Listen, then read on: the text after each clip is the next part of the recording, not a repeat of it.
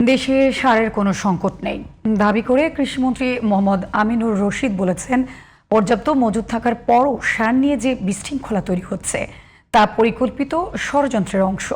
গত বছরে একই সময়ের তুলনায় বেশি সার মজুদ আছে।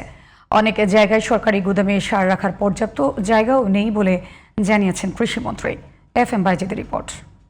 কেসারেন শেকড় থেকে শিখরে।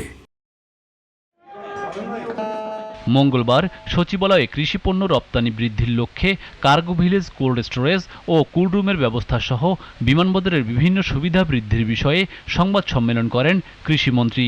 সারের সংকট নিয়ে যা প্রচার করা হচ্ছে তা পুরোটাই ষড়যন্ত্র বলে জানান মন্ত্রী। সারে কোনো রকম কোনো শর্টেজ নাই, সাপ্লাস আছে আমরা অনেক। গত বছর এই সময় যা ছিল তার থেকেও বেশি আছে।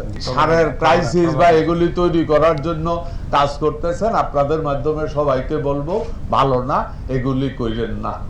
সরকারের কাছে এনাফ সার আছে, তারপরে আইনের গতিতে চলবে। আগামীতে দেশের প্রধান রপ্তানি পণ্য হবে কৃষি পণ্য। ইতিমধ্যে পেঁয়াজ আমদানি বন্ধ হয়েছে। আগামীতে কাঁচামরিচ ও আদা আমদানিও যাতে করতে না হয় সেই লক্ষ্যে কাজ করছে সরকার।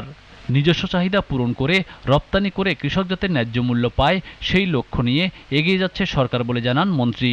এটা এগ্রিকালচার কান্ট্রি, কোনো এগ্রিকালচার পণ্য আমদানির তো প্রশ্নই আসে না।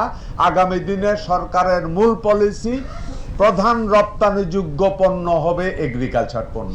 হাওরের কৃষকের ধান যাতে বন্যায় ক্ষতিগ্রস্ত না হয় সেই জন্য বিরি 118 জাতের ধান দেয়া হবে। এটি রোপণ করলে 10 থেকে 15 দিন আগেই ধান ঘরে তুলতে পারবেন কৃষকেরা। ফলে বন্যার কবল থেকে রক্ষা পাবে 11টি জেলার হাওরের ধান।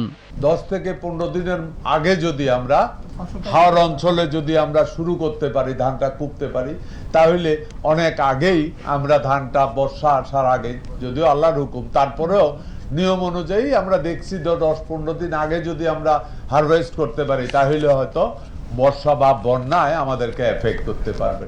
প্রান্তিক পর্যায়ে কৃষি সেবা পৌঁছে দিতে জনবল সংকট সমাধানে কৃষি কর্মকর্তা নিয়োগ প্রক্রিয়া চলমান আছে বলে জানান মন্ত্রী। হাওর অঞ্চলের ভিতরে FM Baijid, GTV news, Dhaka.